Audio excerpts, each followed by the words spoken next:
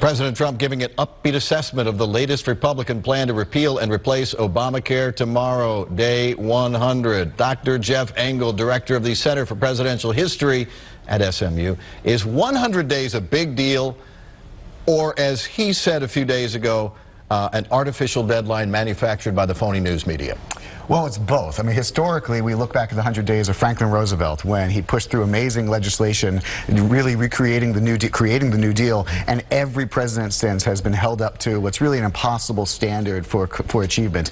But it is an important standard, I think, not so much for achievement, not because we expect legislation in the first 100 days, but because it really sets the tone for the administration, especially when we have somebody like Donald Trump who has no elected experience beforehand. This gives him a sense and us a sense of what he's going to be like as president. Because in the first 100 days, the president presumably had, fresh off the election and the inauguration, should have the warm, fuzzy feeling and the American people behind him.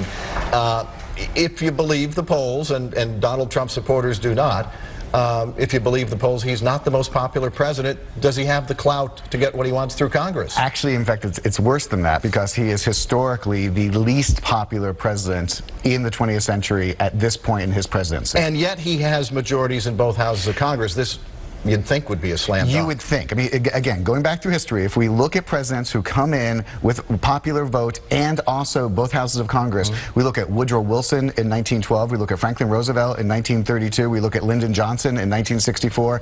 In each of those cases, the first period, 6 months or so, is when the mass of legislation gets through. It's when you have essentially the honeymoon period for an administration. It's when everybody's singing from the same song sheet, you have a popular mandate, and if you're going to get things done, this is what Lyndon Johnson always used to say, if you're going to get things done in an administration, the first half of the first part of the first term is when things must be done. Right. Because you're never going to be more popular than now. Right, because after that you're running for re-election. Okay, so let's talk about what he promised in his contract with the American voter, a 100-day contract with the American voter. Congressional term limits, that's not something a president imposes. A hiring freeze, he did. Yes. And later eased it. For every one new regulation, 2 would be eliminated. That's been done? That's been done. Okay, that kept that one. Identify foreign trading abuses. Obviously, that's in process as well. Well, and I think one of the really fascinating things about what Donald Trump has done thus far is that so much of it has been done through executive action. Right. And of course, that was a critique for conservatives and Trump of the Obama administration. But frankly, what I think this tells us in a broader sense is that there is such gridlock in Washington, even with both houses of Congress being held by Republicans, that the only way for a president to move the ball forward is with his own pen. So the president has actually now signed more executive actions than any president since Harry Truman in the same period. But I have to make one caveat there.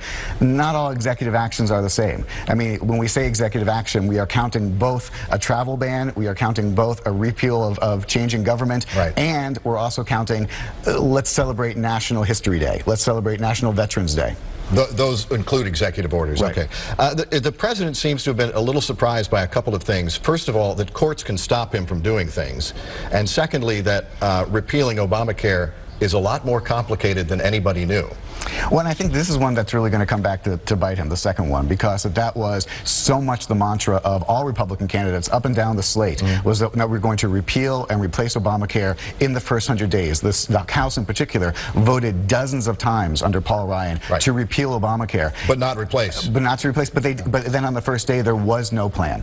And this is something I think that's going to come back to haunt the president, that essentially his first major legislative action with both majorities did not work. And in fairness to the president, you'd think that the members of Congress, who've in some cases been there for 20 or 25 or 30 years and for the last 7 or 8 years have been working to repeal Obamacare, would have a plan. You don't expect the president to walk in on day one with a replacement plan. You would think, and the real problem for President Trump, I think, is that the opposition to the plan came from within his own party.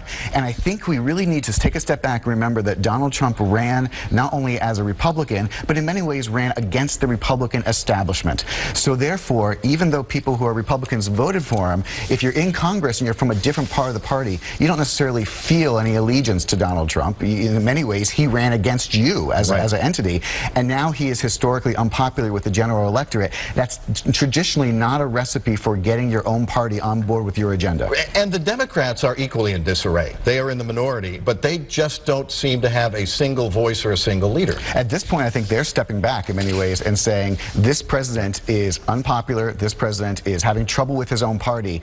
Let's, as Tip O'Neill said in 1982 with Ronald Reagan, let's give him the rope to hang himself, essentially. All right, Dr. Jeff Engel, thanks very much. Good to see you.